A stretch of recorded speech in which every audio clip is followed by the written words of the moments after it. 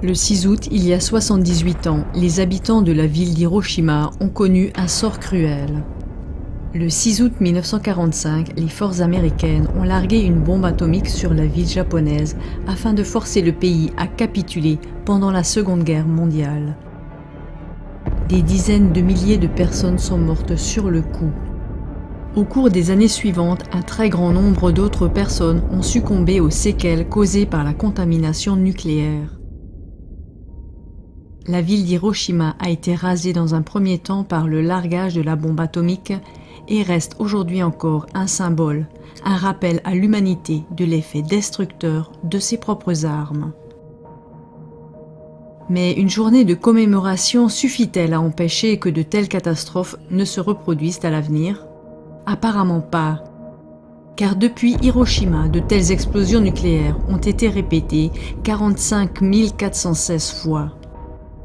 À l'occasion de cet anniversaire, nous attirons l'attention sur la folie nucléaire qui continue à sévir depuis Hiroshima et qui donne également une toute autre signification au soi-disant changement climatique d'origine humaine. La folie nucléaire, les vrais faits.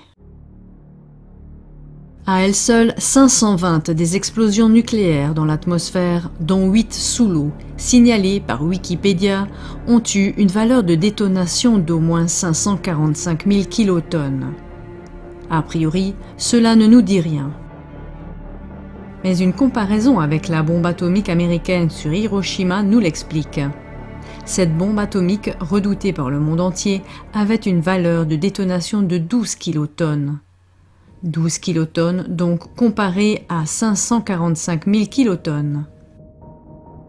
La bombe atomique sur Hiroshima était même bien plus de 45 000 fois plus faible que les 520 explosions nucléaires dans l'atmosphère et sous l'eau.